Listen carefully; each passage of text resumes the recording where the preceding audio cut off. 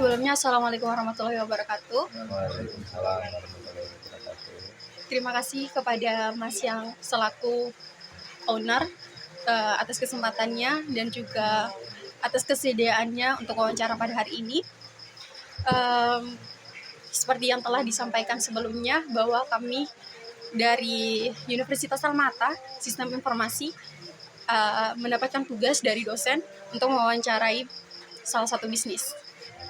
Mungkin saya tidak memperpanjang kata, langsung saja ke pertanyaannya.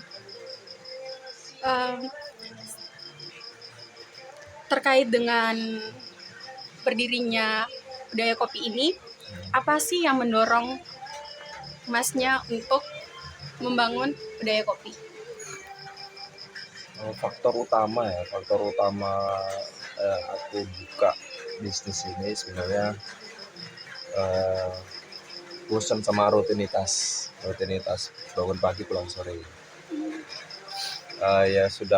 Aku udah kerja dari tahun, ya udah lama lah, hampir 10 tahun kerja dengan rutinitas bangun pagi pulang sore, makanya, dan juga sudah belajar ada beberapa teman juga lah yang udah mulai buka bisnis. Kebetulan yang aku bisa tentang kopi dan buat kopi, ya saya coba mulai buka. Jadi saya tinggalin rutinitas saya yang bangun pagi pulang sore kerja itu. Nah, kan dengan bisnis kan pandangan saya waktu itu, kalau saya yang ngatur sendiri, kalau pengen dapat banyak ya harus kerja keras, kalau pengen santai ya dapatnya dikit. Intinya seperti itu sih yang mendorong faktor utamanya, jenuh sama rutinitas sebelumnya. Baik, untuk selanjutnya, sejak kapan Budaya Kopi ini berjalan dan bagaimana perkembangan awalnya? Awal buka itu di tahun lalu bulan Juli, jadi sudah hampir 1,5 tahun ya, Juni apa Juli itu, hampir 1,5 tahun. Untuk perkembangannya sih, untuk di daerah sini masih perkembangannya nggak terlalu yang signifikan, masih yang standar, maksudnya pasarnya pun masih sekitaran sama. Untuk anak-anak kuliahnya belum terlalu banyak. Itu. Baik, selanjutnya, masalah atau tantangan apa yang sering dihadapi selama menjalankan bisnis sampai saat ini? Masalahnya sih utamanya ya konsisten.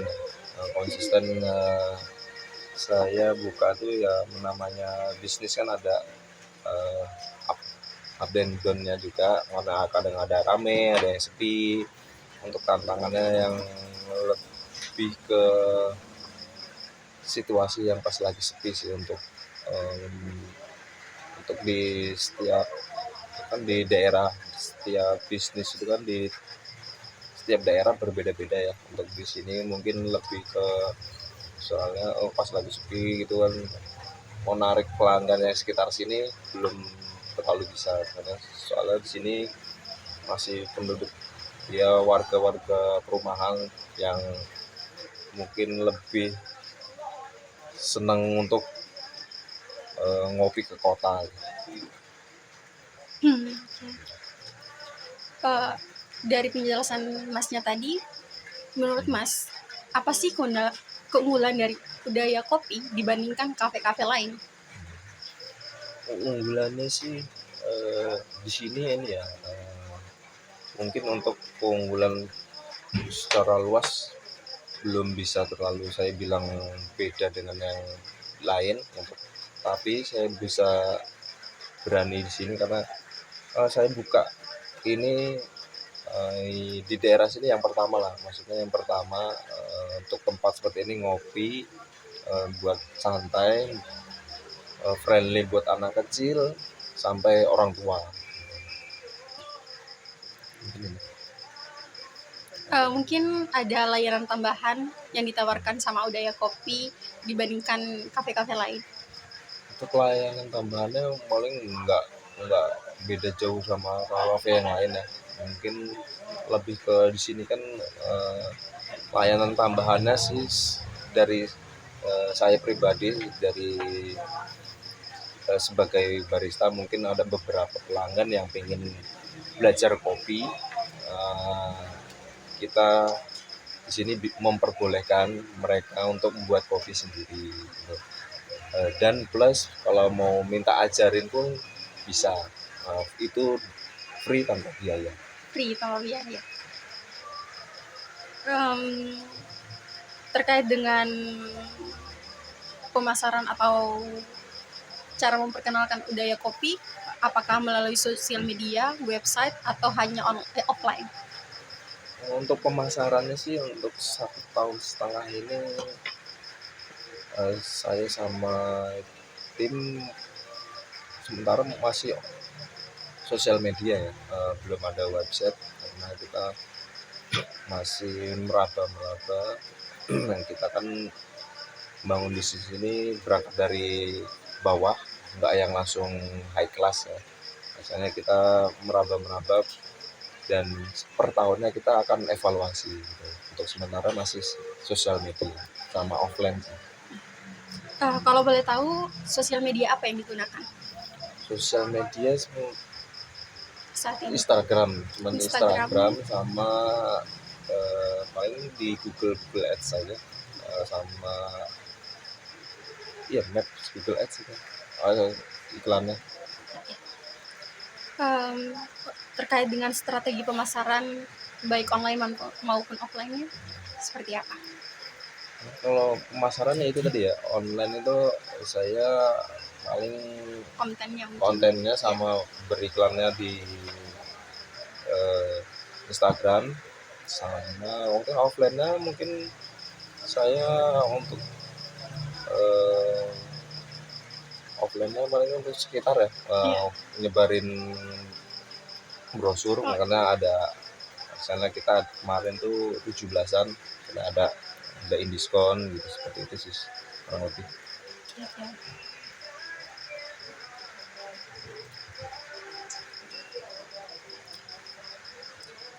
Selanjutnya bagaimana membangun hubungan dengan pelanggan untuk ya bisa mempertahankan pelanggan mungkin biar tetap di Udaya Kopi. Mungkin untuk mempertahankan ya pelanggan itu tadi yang saya bilang, keunggulan mungkin salah satu keunggulan kita, saya pendekatan ke pelanggan itu seperti saya tadi bilang, pelanggan boleh kalau mau belajar kopi dan mau sharing tentang kopi boleh. Saya juga di sini masih belajar gitu kan, maksudnya untuk sharing sama pelanggan ya itu lebih menurut saya pelanggan betah sih. Selanjutnya jika seandainya menangani keluhan dari pelanggan kayak misal masukan atau keluhan-keluhan lain itu bagaimana tanggapan dari Mas? Kalau menanggapi justru malah seneng ya, dapat kritik, dapat masukan. Saya sangat terbuka akan hal itu, maksudnya kritik itu kan sebagian senjata kita buat berkembang ya, maksudnya saya nggak menutup pintu dikritik kalau ini nggak apa-apa sih, saya menanggapinya santai. Oke, baik. Mungkin selanjutnya pertanyaan akan ditanya Mbak Apis. Sebelumnya mau bertanya, Udaya Kopi kan bukan cuma jualan kopi, kan banyak menunya, kayak ada snack dan nasi juga ada. Jadi dari awal berdirinya sampai sekarang, kira-kira pendapatan utamanya itu terbesarnya itu dari produk yang mana? Dari pertama sampai sekarang ya, maksudnya rata-rata masih terbesar dari kopi sih. Pemasukan yang paling besar masih dari kopi. Soalnya daerah orang-orang pelanggannya kebanyakan anak-anak muda, jadi kebanyakan masih pesannya kopi.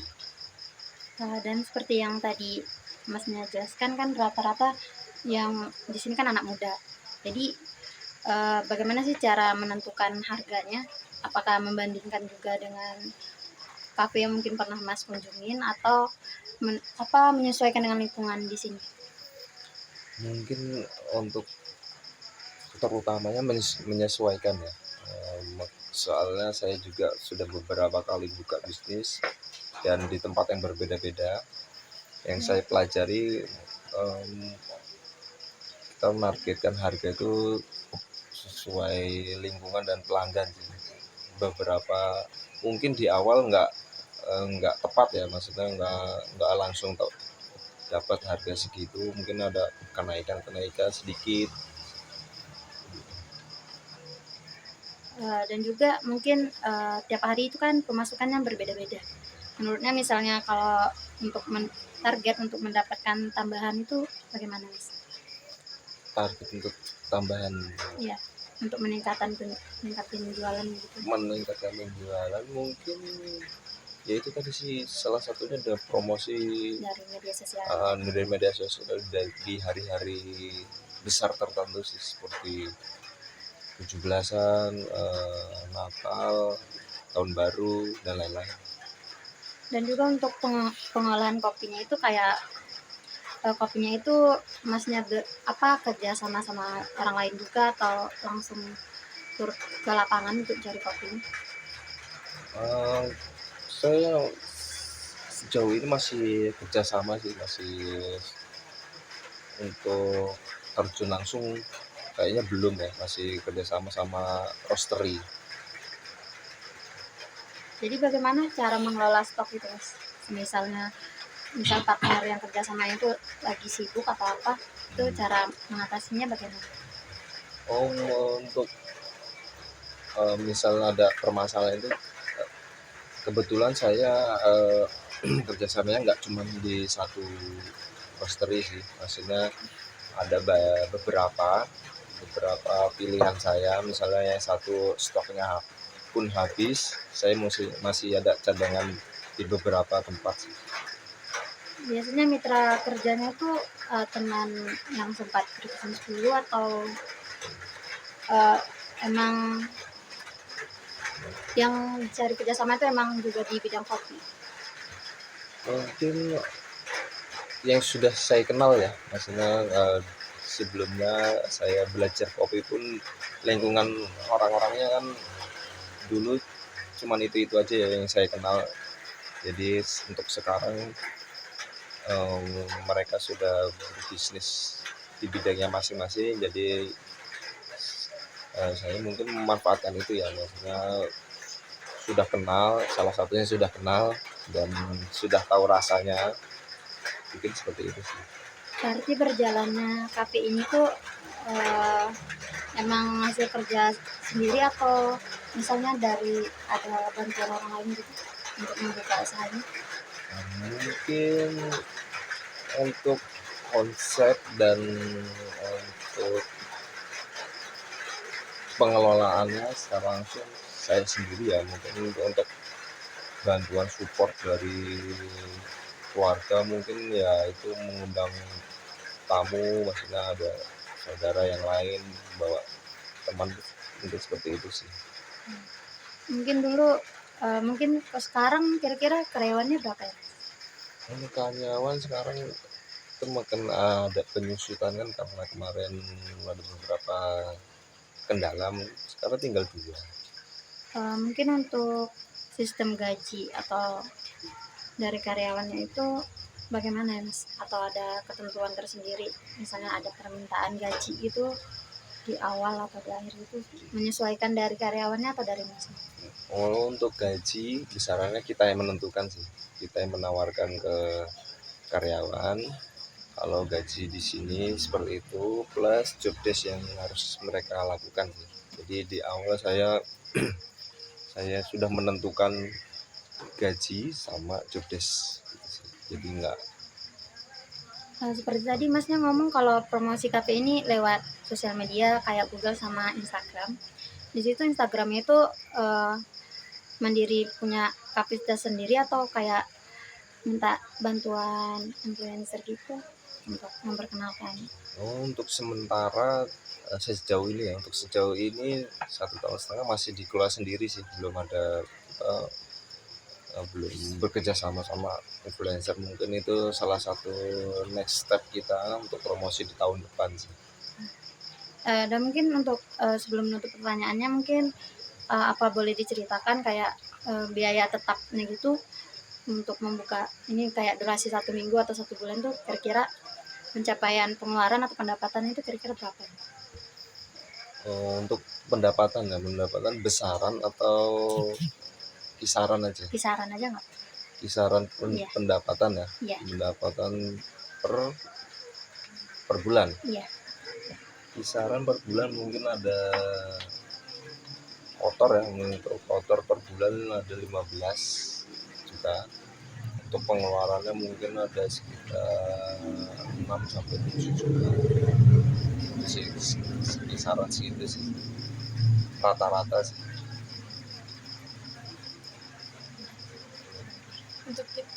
Untuk kita mau yang 15, kisaran 15 juta itu apakah hanya laba atau dihitung modal? Lab Keuntungannya aja atau masih dihitung modal? masih kotor, masih itu termasuk modal, termasuk biaya untuk biaya operasional dan lain-lain. Termasuk sewa atau ada biaya pemasaran lainnya? Untuk sewa ada beberapa persen juga sih dari situ ya, karena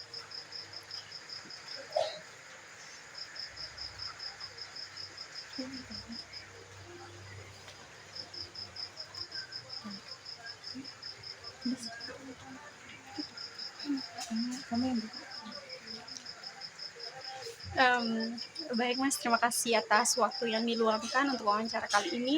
Mungkin itu saja yang bisa kami tanyakan. Mohon maaf jika ada salah kata atau pertanyaan yang kurang berkenan. Terima kasih. sama-sama.